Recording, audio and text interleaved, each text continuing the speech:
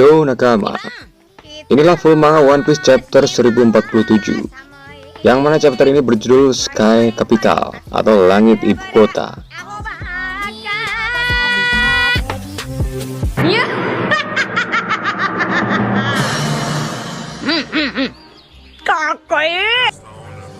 Di halaman awal chapter ini diperlihatkan sebuah Kala Spirit kru topi jerami yang berada di sebuah pantai bersama dengan naga Momonosuke. Cerita diawali dengan kondisi Onigashima yang mulai labil, seakan-akan runtuh.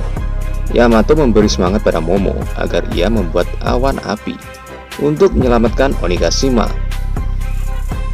Namun Momo berkata bahwa itu semua akan sia-sia, karena ia sadar bahwa dia tidak akan bisa membuat awan api yang besar atau yang bisa menopang Onigashima.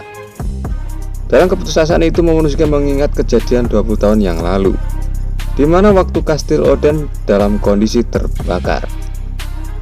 Kozuki Toki saat itu meminta Momo untuk pergi melintasi waktu ke masa depan bersama Kinemon dan yang lainnya. Toki pun berpesan pada Momo agar kelak ia bisa menghidupkan kembali klan Kozuki. Momo pun menghampiri ibunya sambil meneteskan air mata. Ia bertanya, kenapa ibu dan Hiyori tidak ikut bersamanya ke masa depan. Kinemon pun menasihati Momo bahwa sesungguhnya ibumu lah yang saat ini paling menderita. Ia menambahkan jika di sini adalah tanah dari para samurai, di mana aib harus dibayar dengan nyawa. Namun Momo menjawab bahwa ia hanyalah seorang anak kecil.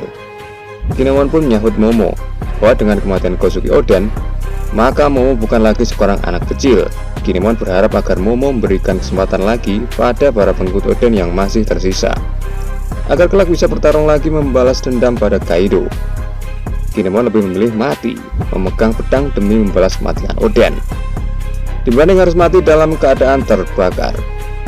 Ia meminta Momo untuk menghormati keputusannya, memberikan tempat untuk mati selayaknya seorang samurai. Kozuki Toki pun mempersiapkan ritual pemindahan ke masa depan. Akhirnya Momonosuke, Kinemon, Raizo, Konjuro, dan Okiku pun pergi ke masa 20 tahun ke depan. Momo pun mengucapkan selamat tinggal pada ibunya. Flashback pun selesai. Cerita berpindah ke pertempuran antara Luffy melawan Kaido. Pada chapter sebelumnya kita diperlihatkan bahwa Luffy memegang petir dan bersiap menyerang Kaido.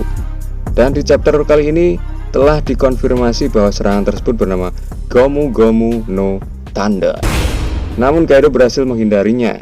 Lalu diperlihatkan Kaido menyampaikan sesuatu pada Luffy. Ia bilang bahwa kekuatan yang dimiliki Luffy saat ini sangat aneh dan membingungkan, di mana Luffy bisa bermain-main dengan apapun sesuka hatinya. Lalu terlihat mereka saling membalas serangan. Lalu Kaido terlihat menyampaikan pada Luffy, ia berkata mengenai sosok Roger. Roger bukanlah seseorang yang menggunakan kekuatan buah iblis, namun ia bisa menjadi raja bajak laut di masa lalu. Hanya haki yang bisa melampaui segalanya, teriak Kaido. Lalu Kaido menyerang Luffy dengan serangan yang cukup dahsyat, sehingga Luffy terlempar jatuh ke tanah. Namun tempat Luffy terjatuh berubah menjadi karet, sehingga ia kembali memantul ke atas. Kaido pun kembali menyerang Luffy, namun Luffy berhasil menghindari serangan itu.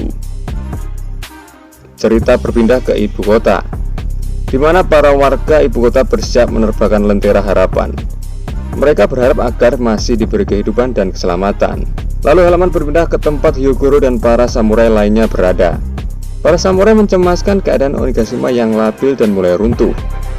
Saat ini menandakan bahwa Kaido dalam posisi terpojok. Hyogoro pun memberikan dua buah pilihan pada para samurai. Hei kalian semua, mana yang akan kalian pilih?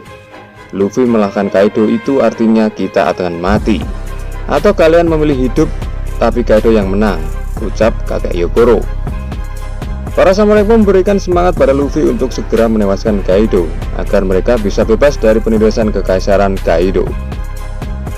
Di sisi lain terlihat Usopp yang berteriak cemas akan tempat yang ia pijak. Api mulai menjalar hampir membakar tempatnya. Namun tiba-tiba ia mendapati guyuran air yang sangat besar sehingga ia selamat. Cerita berikutnya di mana Orochi berada dalam posisi terbaik. Ia masih bertahan hidup dan ia telah terlepas dari pakolot yang menancap di tubuhnya, sehingga ia bisa kabur menyelamatkan diri dengan cara berubah wujud menjadi naga berkelas 8. Di hari chapter belakang, Luffy yang bersiap lagi menyerang Kaido. Dengan kekuatan imajinasinya, Luffy membuat teknik serangan baru lagi. ia membuat kepalan tangannya menjadi sangat besar, melebihi pula Onigashima. Dari ukurannya saja dapat dipastikan efek dari serangan ini akan sangat luar biasa, bahkan bisa menghancurkan Onigashima itu sendiri. Dan atas serangan ini mungkin akhir dari Kaido akan terjadi.